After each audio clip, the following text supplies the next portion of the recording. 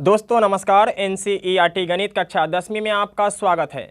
आज हम लोग प्रश्नावली 9.1 के प्रश्न संख्या 3 को सॉल्व करेंगे। अगर आपको ये वीडियो अच्छा लगे तो एक लाइक कर दीजिएगा और चैनल पर नए हैं तो चैनल को सब्सक्राइब करके बेल आइकन को प्रेस कर लीजिएगा, जिससे कि हर आने वाली वीडियो का नोटिफिकेशन आपको समय समय पर मिलती रहेगी। तो आइए वीडियो शुरू करते हैं। प्रश्न संख्या 3 है, एक ठेकेदार बच्चों को खेलने के लिए एक पार्क में 2 फिसलन पट्टी लगाना चाहती है। 5 वर्ष से कम उम्र के बच्चों के लिए वह एक ऐसी फिसलन पट्टी लगाना चाहती है जिसका शिखर 1.5 मीटर की ऊंचाई पर हो और भूमि के साथ 30 डिग्री के कोण पर झुका हुआ हो, जबकि इससे अधिक उम्र के बच्चों के लिए वह 3 मीटर की ऊंचाई पर एक अधिक ढाल की फिसलन पट्टी लगाना चाहती है जो भूमि के साथ 60 डिग्री का कोण बनाती हो। प्रत्येक स्थिति में फिसलन पट्टी की लंबाई क्या होनी चाहिए? दोस्तों यहाँ ठेकेदार 2 फिसलन पट्टी लगाना चाहती है, एक 5 वर्ष से कम उम्र के बच्चों के लिए और एक 5 वर्ष से अधिक उम्र के बच्चों के लिए।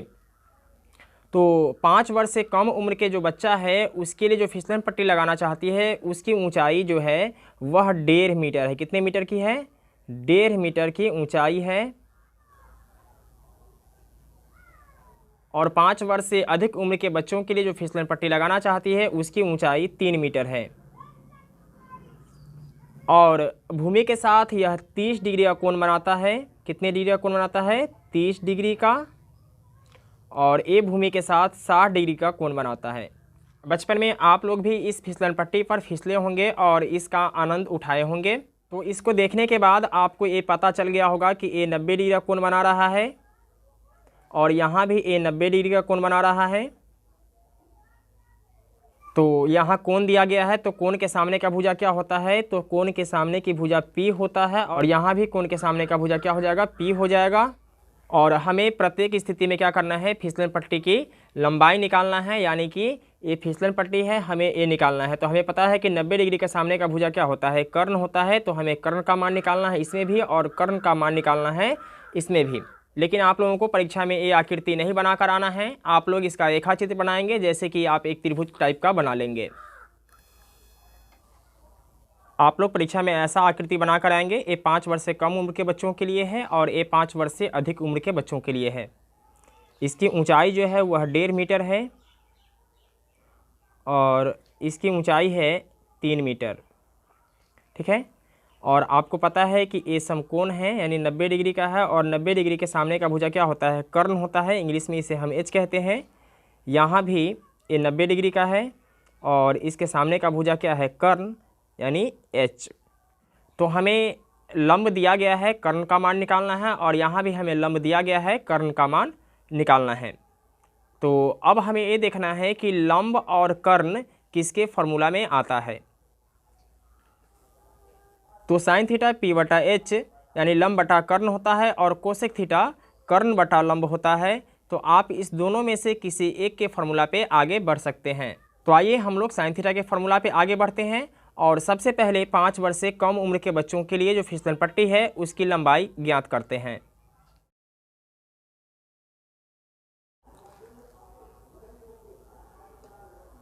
हल।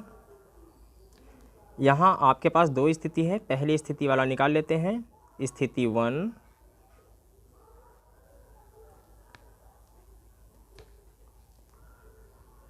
पाँच वर्ष से कम उम्र के बच्चों के लिए, कम उम्र के बच्चों के लिए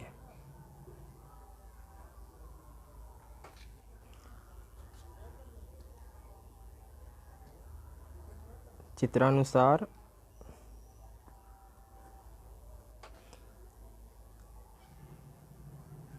AB बराबर 1.5 मीटर और कोण ACB बराबर 30 डिग्री। तो हमें निकालना है फिसलन पट्टी की लंबाई। तो लिखेंगे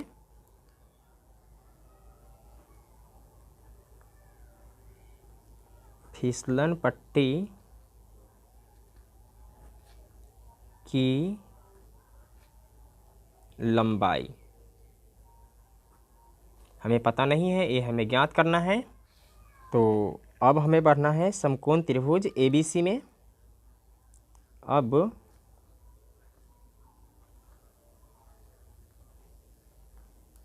समकोण त्रिभुज ABC में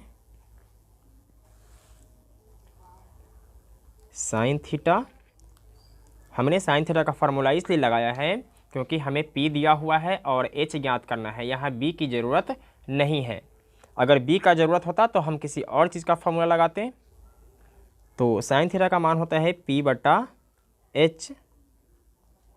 तो यहाँ थीटा का मान कितना दिया हुआ है, 30 डिग्री दिया हुआ है। तो हम लोग लिखेंगे साइन और थीटा की जगह पे 30 डिग्री बराबर P का मान कितना है, 1.5 मीटर। तो लिखेंगे 1.5 मीटर। और H का मान क्या है, AC। तो लिखेंगे AC। और हम लोग जानते हैं कि साइन 30 डिग्री बराबर क्या होता है, तो साइन 30 डिग्री बराबर होता है 1/2। तो लिखेंगे 1/2 बराबर 1.5 मीटर बटा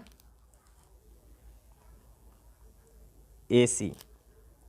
अब यहाँ क्रॉस गुना कर देते हैं। तो AC एकम AC बराबर 2 गुने 1.5, 2 गुने 1.5 बराबर क्या हो जाएगा, 1.5 दूनी 3 मीटर। अब हम लोग आगे बढ़ेंगे और दूसरी स्थिति यानी 5 वर्ष से अधिक उम्र के बच्चों के लिए जो फिसलन पट्टी की लंबाई है वो ज्ञात करेंगे।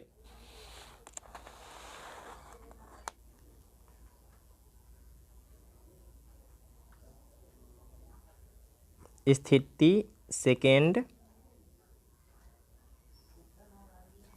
5 वर्ष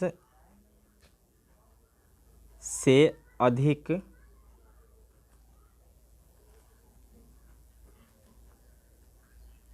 उम्र के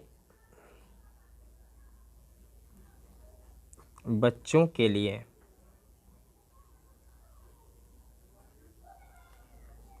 चित्रानुसार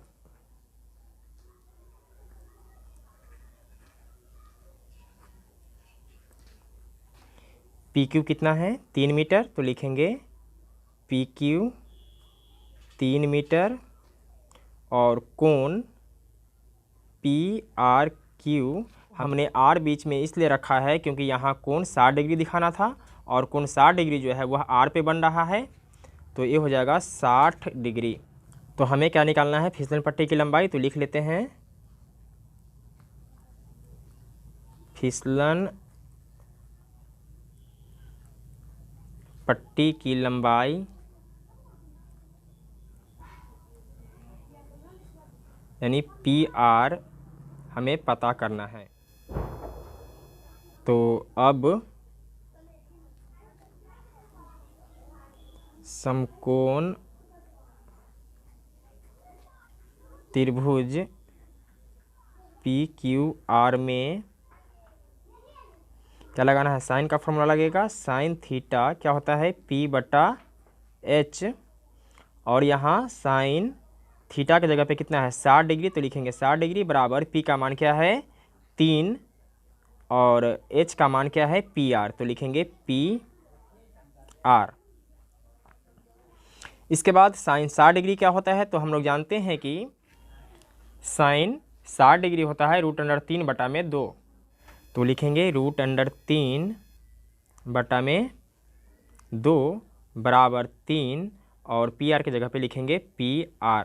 इसके बाद अब क्रॉस गुना कर देंगे तो PR से √3 में गुना हो जाएगा। तो ये हो जाएगा √3 गुने PR बराबर 3 दूनी 6।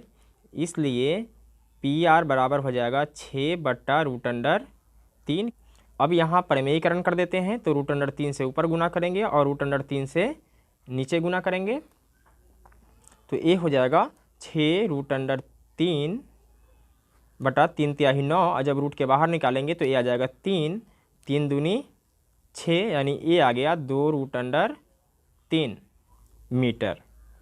तो हमारे पास प्रत्येक स्थिति में फिसलन पट्टी की लंबाई 3 मीटर और 2√3 मीटर है। तो लिख लेते हैं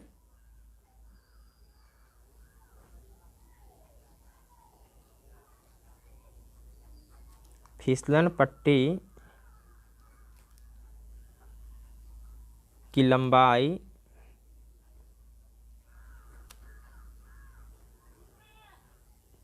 क्रमशः 3 मीटर और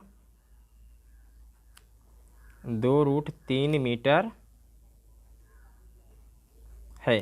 दोस्तों, मैं उम्मीद करता हूं कि आपको ये वीडियो समझ में आ गया होगा। अगर किसी प्रकार की कोई डाउट हो तो आप हमें कमेंट कर सकते हैं, और इससे पहले का वीडियो आप लोगों ने नहीं देखा है तो अनलॉक स्टडी के प्लेलिस्ट में जाकर इससे पहले का सारा वीडियो देख सकते हैं। फिर मिलते हैं एक और वीडियो में, तब तक के लिए जय हिंद।